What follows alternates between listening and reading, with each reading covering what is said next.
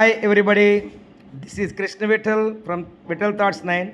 మనకి garden thoughts కూడా మనం చెప్పుకుంటున్నాం, చాలాసార్లు మనం డిస్కస్ కూడా చేస్తున్నాం.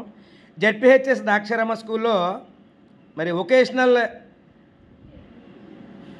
గార్డెనింగ్కి అగ్రికల్చరల్కి వొకేషనల్ అగ్రికల్చరల్ హార్టికల్చర్ అనొచ్చు. మనం ఒక టీచర్ గారు కూడా మనకి ఇవ్వడం జరిగింది. ఇన్స్ట్రక్టర్ అన్న టీచర్ గారు అన్న ఆవిడ అవుతారు. ఆవిడ పేరు కళ్యాణి మేడం గారు. ఆవిడతో కూడా మనం ఒక ఇంటర్వ్యూ తీసుకుందాం. దానికి ముందుగా అసలు మనకి గవర్నమెంట్ నుంచి ఏం వచ్చాయో కూడా మేము ముందు పెడుతున్నాను.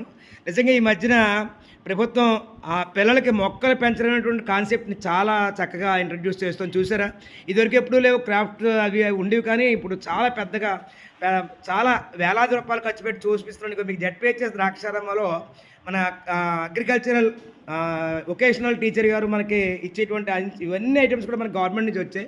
ఒకసారి మీ అందరూ చూస్తారని, మీ పిల్లలకు కూడా ఇవన్నీ వాడిస్తున్నారు మేడం గారు ప్రత్యేకంగా. ఇవన్నీ కూడా పెట్టి ఉపయోగించి ఇగో చూడండి, ఇక్కడ అన్ని పారలు, గుణపాలు తవ్వడానికి everything is there, everything here. ఇగో చాలా మెటీరియల్ తీసుకురావడం జరిగింది. నేను మళ్ళీ ఒకసారి మీకు చూపిస్తున్నాను, క్లియర్గా చూడండి.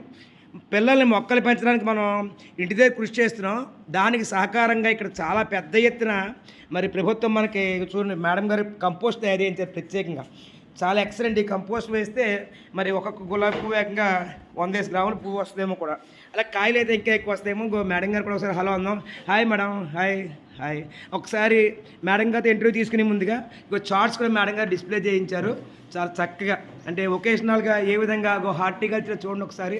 హార్టికల్చర్ తీసుకుంటే ఆ పైన మనకి పోమాలజీ, కిందకు వచ్చి ఫ్లోరికల్చర్ అండ్ ల్యాండ్స్కేపింగ్, కుడివైపు ఏమో